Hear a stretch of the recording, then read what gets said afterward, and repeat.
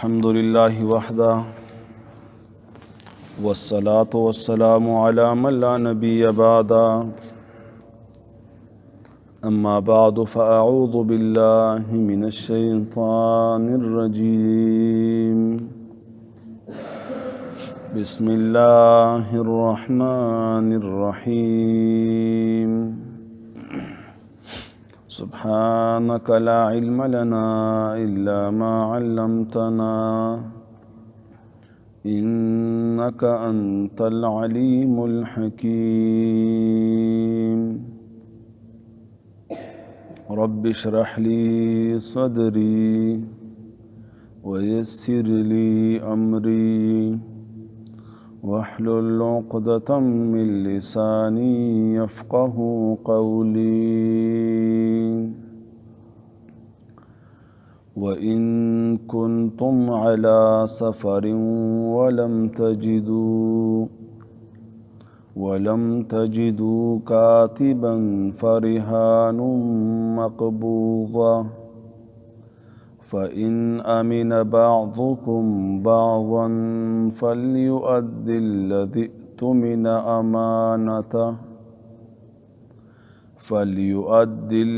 اؤتمن أمانته وليتق الله ربه ولا تكتموا الشهادة ومن يكتمها فإنه آثم قلبه والله بما تعملون عليم. په مخکې آیات کریمه کې د معاملاتو څه احکامات بیانېدل، خاصتا هغه معاملات چې هغه په قرض باندې کیږي، نو د هغې ته یې 2 شرطونه ولګول. یو شرط پکې دا و چې تاسو کومه معامله په قرض باندې کوئ نو خامخا هغه ولیکئ، چې کلم ولیکله نو بیا د هغې د پاسه ګواه هم مقرر کړئ، او بیا ګواهانو باره کې دا وفرمایل چې 2 ګواهان د سرو ستاسو نه، او که سړي نه وي 2 نو بیا یو سړی او 2 زنانه ګواه جوړ کړئ. مقصد د دې آیات کریمه دا و چې ستاسو د مال حفاظت وشي او د مؤمنانو په منځ کې چې کوم اخوت او ورورولي ده هغه باقی پاتې شي، او خپل منځ کې جنگ جګړې او خفګان او پریشانی را نشي. ځکه چې کله یو معامله د قرض وشي، یو طرف منکر شي یا د یو طرف نه هیره شي او یا یو طرف سپړ شي، نو بیا په دې کې مسائل راځي، خفګانونه راځي، جنگ جګړې راځي او شریعت دا نه خوښوي. نو لہذا د دغه جګړو د دروازې د بندولو دپاره 2 شرایط ولګېدل، چې یو لیکلو کوي او 2 ګواه مقرر کوي. اوس په دې آیات کریمه کې رب العالمین یو بله مسله بیانوي چې کله تاسو په سفر کې او بیا څه معامله کوئ. مخکې آیات هغه د حضر سره او د اقامت او د کلي سره متعلق و، چې کله انسان په خپل دکان، په خپل کلي او په خپل علاقه کې، نو لیکلو والام اسانه ملاویږي او ګواهانم د جان پہچان ډیر ملاویږي. لیکن چې کله انسان په سفر کې شي نو بیا نه د لیکلو والا علم انسان ته وي او نه ګواهان هلته موجود وي چې د انسان ته بیا په وخت د جګړه کې یا په وخت د تنازع کې هغه ګواهان حاضر کی. لہذا نو سفر کې بل حکم کوي چې تاسو بیا غاڼه ځان سره کیدئ. که یو سړی څه ضرورتمند شي، حاجتمند شي، څه پیسو ته ضرورت راغی او ستا په هغه باندې اعتبار نو، نو هغه نه د غاڼې مطالبه وکړه.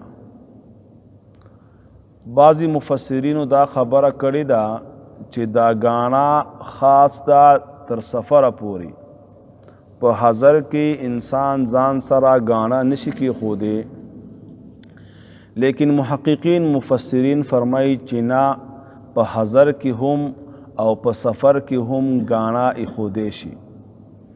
چې کله کاتب نه وي، ګواه نه وي، یا قرضدار باندې ستا اعتماد او اعتبار نه وي، نو لہذا د هغه نه مطالبه د غاڼې وکړه. ځکه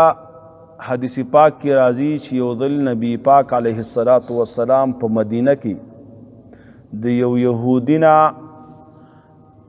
20 ساعه یا 10 ساعه وربشي اخیستې وي په قرض باندې، او په غاڼه کې ورسره خپله زغره مبارکه کېښودې وه. نبی علیه السلام دغه غله دغه وربشي د خپل اهل دپاره اخیستې وي. په مدینه کې به عامو د غلو تجارت چې و هغه اکثره یهودو کاوه. د غلو تجارت لږ مشکلو، ځان بچ کول پکې ګرانو،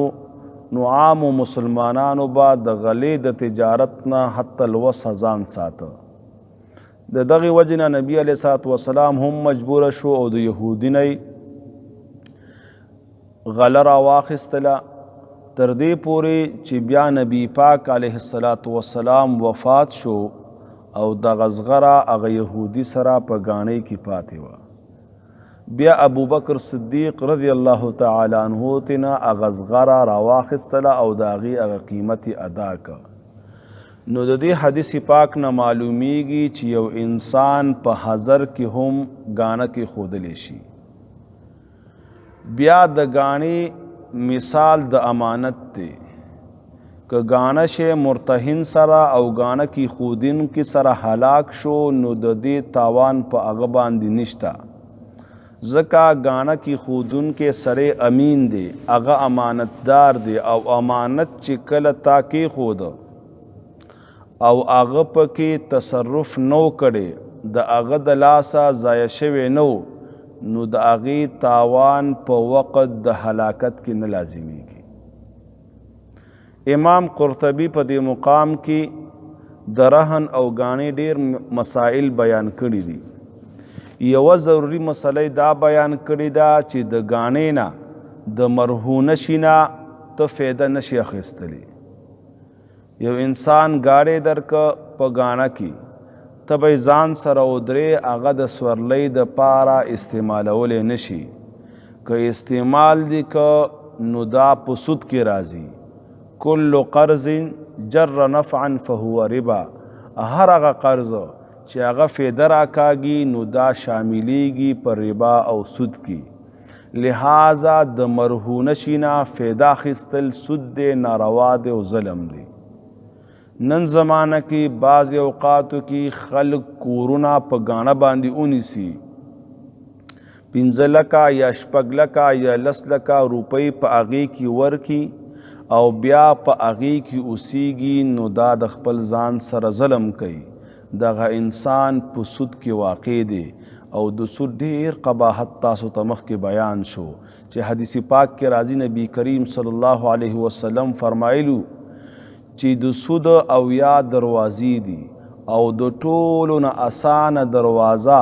د ټولو نه وړه دروازه او وړه پوړۍ دا ده چې نعوذ بالله من ذلک یو انسان د خپل مور سره بدکاري وکړي،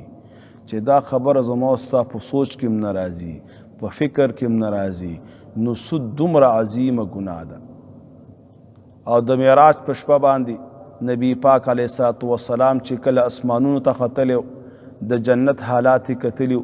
د جهنم بعضې حالات یې کتلي، او دقه شان په اسمانونو کې د مختلفو انبیاو سره ملاقات شوی. هغه یو کس کتلی و چې هغه په یو سمندر کې پروت او هغه کوشش کوي چې د سمندر نه بهر راوځي، لیکن چې کله هغه د سمندر غاړې ته رارسیږي، د سمندر په دې غاړه کې یو بل کس ولاړي او هغه سره یو غټه غټی او په دومره زور سره په دې خولې باندې دا سړی اولي چې دا بیا د سمندر منځ ته ورسیږي. نبی پاک علیه الصلاۃ والسلام تپوس کوي د جبریل علیه الصلاۃ والسلام نه چې دا څوک دی، نو هغه ورته جواب کې وایي چې دا سودخور دی. یو بل حدیث کې راځي نبی پاک علیه الصلاۃ والسلام فرمایلی دي چې 1 روپۍ د سود خوړل دا دومره عظیمه ګناه ده لکه یو انسان د خپل مور سره 14 ځله بدکاري وکړي، نعوذ بالله من ذلک. نو سود ډېره عظیمه ګناه ده، ډېره لویه ګناه ده. سود یو ظلم دی او تاسو ته مخکې تیر شو سودګر رب العالمین سره د جنگ اعلان کوي. رب العالمین ورته جنگ ته راوځي او هغه ته خبر ورکوي د جنگ کولو. نو سود څومره عظیمه ګناه شوه. رب العالمین انسانانو ته حکم کړی د احسان کولو، د اخوت کولو. بل مسلمان محتاج شو هغه سره همدردي وکړه، هغه سره خواخوږي وکړه، د هغه خیرخواهي ولټوه. داسې نه چې د هغه د مجبورتیا نه ته غلطه فایده اخلي او هغه مجبوره دی، هغه قرضدار شو، هغه غریب شو، هغه باندې څه آفت او نقصان راغی او ته د هغې نه غلطه فایده الی او هغه ته پیسې په سود باندې ورکې، یا کور ورکې په ګاڼه باندې او هغه کور کې ته اوسېږي بیا په ګاڼه باندې دې اخیستی وي، نو دا هم سود شو. د دې نه اجتناب لازمي دی. دومره ده چې امام بخاري یو باب کې ښودی دی چې د هغې مرهونه شي نه فایده اخیستلی شي کم مرهونه شي باندې چې ستا خرچه کیږي. لکه امام بخاري په دلیل کې اوښ کې ذکر کړی دی، یو سړی دی هغه سره اوښ چا په ګاڼه کې کېښود یا یې غوا ورسره ودروله یا چیلۍ وغیره، نو هغې باندې خو خرچه کیږي. هغې ته به د ګیا د اوبو او د هغې د خدمت ته پوره انتظام کې، نو دغه انتظام په بدله کې که هغه اوښ یا اس وي نو په هغې باندې ته سورېدلی شي. او که چېرته هغه د پیو والا شی وي لکه غوا میخه او یا چیلۍ، نو د هغې نه پی بیا ته خوړلی شي، ځکه ته د هغې په بدلې کې د هغې څاروي خدمت کې هغه ته د اوبو او د ګیا او د خوراک انتظام کې. نو لہذا د دغې خرچي او د دغه انتظام او خدمت د وجې نه ته د هغې نه فایده اخیستی شي. د دې نه علاوه د نورو مرهونه اشیاو نه فایده اخیستل دا ناروا دي او دا د سود په زمره کې راځي. وَإِن كُنتُمْ عَلَى سَفَرٍ وَلَمْ تَجِدُوا كَاتِبًا وَإِن كُنتُمْ او کچرته وی تاسو عَلَى سَفَرٍ په سفر باندې ولم تجدوا او تاسو نه موندلو کاتبا کاتب یو لیکونکی هم نه مونده فرحان نو ګاڼه دي وي مناسبه مقبوضه قبض کړی شوي مناسبه ګاڼه دي وي او هغه دې قبض کړی شوي وي. علما مفسرین فرمایي چې په ګاڼه کې قبض کول شرط دي. داسې شی به اخلي چې هغه ستا په قبضه کې راشي نو هله به ګاڼه صحیح کیږي. ریحان دا مصدر دی په معنا د مرهون مفعول سره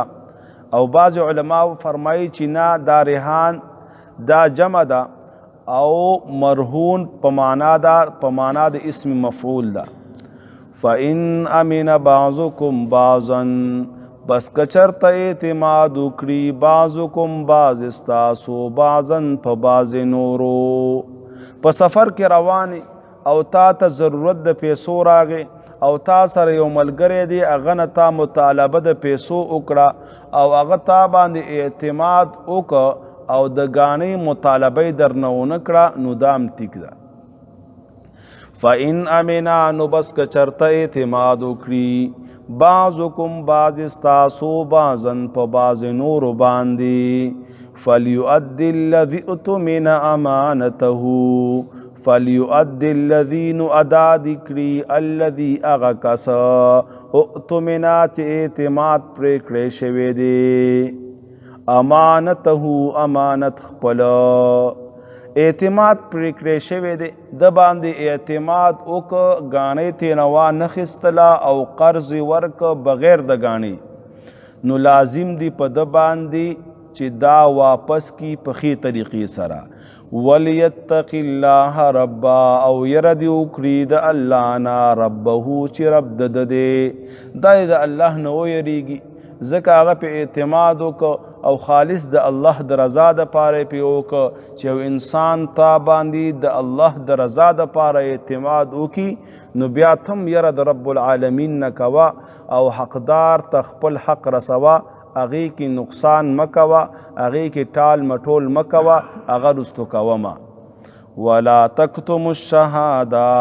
اوس دا د مخکې سره متعلق دی تاسو به لیکل کوئ او دقه شان ګواه به مقرروئ دلته رب العالمین فرمایي چې کله د ګواهۍ ضرورت شو نو بیا به ګواهي پټې نه دوه کبیره ګناهونه دي عظیم یو ګواهي پټولم کبیره ګناه ده او دویم په غلطه او په دروغه ګواهي ورکولم کبیره ګناه ده نو لہذا دغه دواړو نه ځان ساتل پکار دي ولا تکتم الشهاده او مپټوي گواهی لرا ومن یکتمها او څوک چې پټ کړي گواهی فانه نو یقینا ګناهګار دی فانه آثم نو یقینا ګناهګار دی قلبه زړه دغه چا چې گواهی پټ کړه نو دا خبره په زړه کې پټ کړه نو د زړه ته ګناه ورسېدله د زړه ته د ګناه مرض ورسېده حدیث پاک کې راځي نبی پاک علیه السلام فرمایي چې کله یو انسان ګناه وکړي نو د ګناه د نحوست او د ګناه د قباحت د وجې نه د په زړه باندې یو تور داغ ولګي که چېرته دا توبه وباسي نو هغه تور دار محو شي او هغه لرې شي او که نه هغې پسې بله ګناه کوي نو یو وخت داسې راشي چې د ټول زړه تک تور شي او بیا علما مفسرین او دقه شان محدثین فرمایي چې کله د زړه تور شي نو بیا د په ژبه باندې غلطې خبرې راځي د په ژبه باندې د ګناه خبرې راځي او دقه شان د دماغ غلط سوچونه کوي غلطی منصوبې جوړي او د ګناهونو په طرف باندې د زړه د دماغ هغه مایل کیږي او بدن بیا په هغې طرف روانیږي نو د ټوله زندگی خرابیږي او د قشان یو بل حدیث دی نبی پاک علیه السلام فرمایلی دی چې ستاسو په بدن کې یو ټوکره ده چې هغه قلب دی چې کله دا درست شو نو ټول بدن به ستاسو درست شي او که کله دی کې فساد راغی نو ټول بدن کې به فساد راځي یو بل حدیث کې دی نبی پاک علیه السلام فرمایلی دی چې غلط نظر مه استعمالوئ ځکه غلط نظر د شیطان د غشو نه یو غشی دی چې هغه رسیږي ستاسو زړه ته او ستاسو زړه ته نقصان رسی او ستاسو په زړه کې فساد راولي او چې کلم زړه فاسد شو زړه کې نقصان راغی نو ستاسو ټول اعمال باطلیږي ستاسو سوچ او فکر خرابیږي ستاسو په نیکو اعمالو کې چې کوم خوند دی هغه خوند به تا ته بیا نه محسوسیږي او دنیا او د آخرت د ډیرو خیرونو نه به ته محرومه شي لہذا د ګناه نه اجتناب پکار دی او بعض علما فرمایي دا قلب چې کوم دی دا د رحمان ځای دی د رب العالمین ځای دی وی رب العالمین یو په عرش کې دی او بل رب العالمین د انسان په زړه کې دی او دا پاک ساتل پکار دی او چې کله د بنده په زړه کې رب العالمین وي نو دا خوشحاله وي دا تازه وي د طبیعت هر وخت برابر وي او چې کله زړه ګنده شو نو بیا رب العالمین په دغه زړه کې وخت نشي تیرولی لہذا خپل زړه پاک ساتل پکار دی د هر قسم ګناه نه او د هر قسم ګناه نه اجتناب پکار دی ومن یکتمها او څوک چې پټ کړي دغه ګواهۍ لره فانه آثم نو یقینا ګناهګار دی قلبه زړه د هغه والله د الله رب العزت بما تعملون په هغه اعمالو چې تاسو یې کوئ علیم پوهه دی که تاسو د خیر عمل کوئ که د عمل کوئ ټولو باندې رب العالمین پوهه دی لہذا که گواهی پټوئ هم به رب العالمین ستانه تپوس کی او بعضې وخت کې انسان گواهی پټوي د سستۍ د وجې نه وایي سب اوس قاضي له ورځو او عدالت ته به ځو، خپل کار روزګار به پرېږدم. او بعضې وخت کې انسان ګواهي د یرې د وجې نه پرېږدي، وایي هسې نه چې ما د مقابل سره ما ته نقصان را ورسوي یا ما ته تکلیف را ورسوي یا ما ته څه مسایل جوړ کړي. که هر څه کېږي، علما مفسرین فرمایي اگر که چې ستا مرګ ته او ستا زندګۍ ته خطره ده، بیا به هم ګواهي نه پټې. که ګواهي دې پټه کړه نو ته به ګناهګار شي، تا ته به ګناه کبیره ورسیږي. رب العالمین به تا ته د هغې جزا او سزا درکوي. ځکه چې کله انسان ګواهي پټوي بیا به خلک ګناهونه ډاډه کوي، خلک به ګناهونه همیشه کوي، بیا به خلکو د خلکو نه حیا نه کېږي، د قاضي نه او د پکړ نه به څه اندېښنه نه وي، څه یره به یې نه وي. او چې کله یو انسان ګواهي نه پټوي، خیر ده که یو ته پکې نقصان ورسېده، دوه کسانو ته پکې نقصان ورسېده، بیا به عامه معاشره د ګناهونو نه پاکوي. بس دی بیا ګورئ. وَإِن كُنتُمْ عَلَى سَفَرٍ وَإِن كُنتُمْ او کچرته وی تاسو عَلَى سَفَرٍ په سفر باندې، وَلَمْ تَجِدُوا او تاسو نموندلو کاتبا لیکونکي لرا، فرحان نگان دیوی مناسبه مقبوضه قبض کړی شوي. فإن امنا نو بس کچر اعتماد وکړي بعضکم بعض استاسنا بعضن په بعض نورو، فلیؤدي الذي نو ادا دي کړي الذي هغه کس اؤتمنا چې اعتماد پرې کړی شوی دی، یعنی امانت ورسره کېښودلی شوی دی، امانته امانت خپله. ولیتق الله او ير دی وکړي د الله تعالی نه ربه چې رب د دی.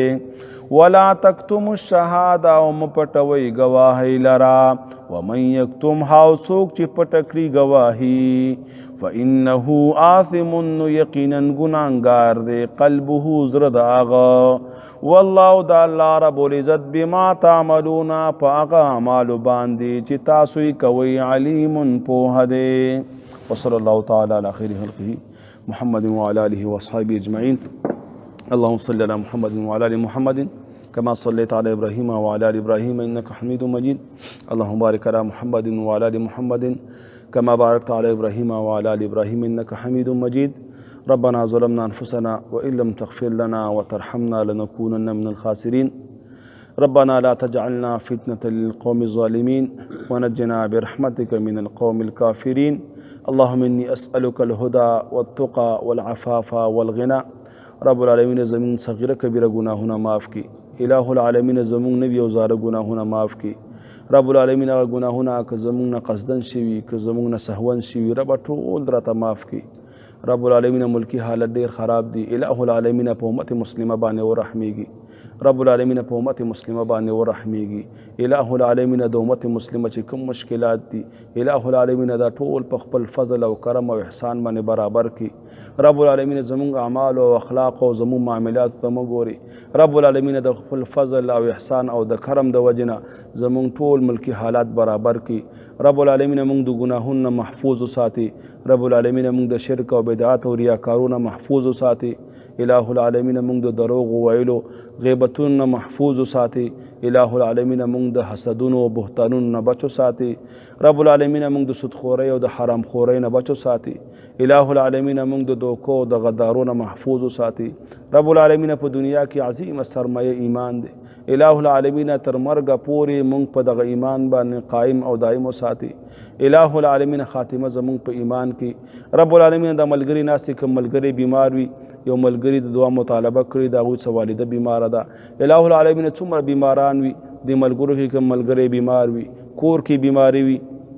واړه بیماران وي، زاړه بیماران وي، زنانه بیماران وي، الہ العالمین ټولو ته شفای کامله عاجله مستمره ور نصیب کی. د نیکو اعمالو د پاره او د خپل خپلوانو د خوشحالۍ د پاره رب العالمین ټولو ته شفای کامله عاجله ور نصیب کی. د نیکو اعمالو د پاره او د خپل خپلوانو د خوشحالۍ د پاره رب العالمین چې کله مرګ راځي د ایمان سره مرګ نصیب کی، خاتمه زمونږ په ایمان کی. او چې کله مرګ راځي د عظیمه کلمه زمونږ نصیب کی چې لا اله الا الله محمد رسول الله.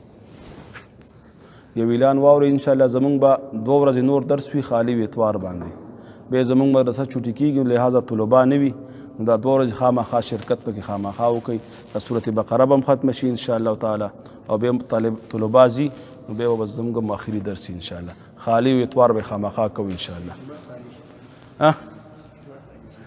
نه زمونږ چهارشنبې زیارت باندې خپل امتحان دی د مدرسې خیال کوه ګوره لاړ نه وعلیکم السلام ورحمة الله وبرکاته خیر جی کتم خد چرته ده بس هغه دی خپل کار کوه ته په تیر امتحان کې زمونږ لاړې ګوره دا ولې یاره السلام علیکم مجید صاحب خیر الله دې خیر وکړي غیر حاضر وي څو ورځې ناروغه خو نه الله دې روغ جوړ کړه الله دې روغ جوړ کړه اوس څنګه طبیعت هم ښه دی اوس مونږ هم دعاګانې کوئ الله یې روغ جوړ او ښه صحت درکړي جي الله مو ښه جوړ جي ښه دی تاسو ښه زندگی مو ښه ده زنده باد خوشحاله اوسئ الله مو خراب الله مو الحمدلله تا دا کې خبره مو نه کړه مصباح والا سره کله به وکړي دا کال ختم شو کال نه خدا خروبات او خیر سره خامخا رښتیا مار سره خروبات خیر موږ مرو بس وغیم مرو بس تاسو نو سره روټي د زنده باد خوشحاله اوسئ زما یو مولانا استاد دی او ډاکټر ته راغلی دی او هغه مې ډاکټر ته لېږلی نو زه کلي شاه بسې ورشم مولانا سره دلته یو انشاءالله ګپ به لګو په بیټۍ ملاړ نه شي السلام علیکم ورحمت الله ته غوښتنه چې څه شي دعاګانې کوو خصوصي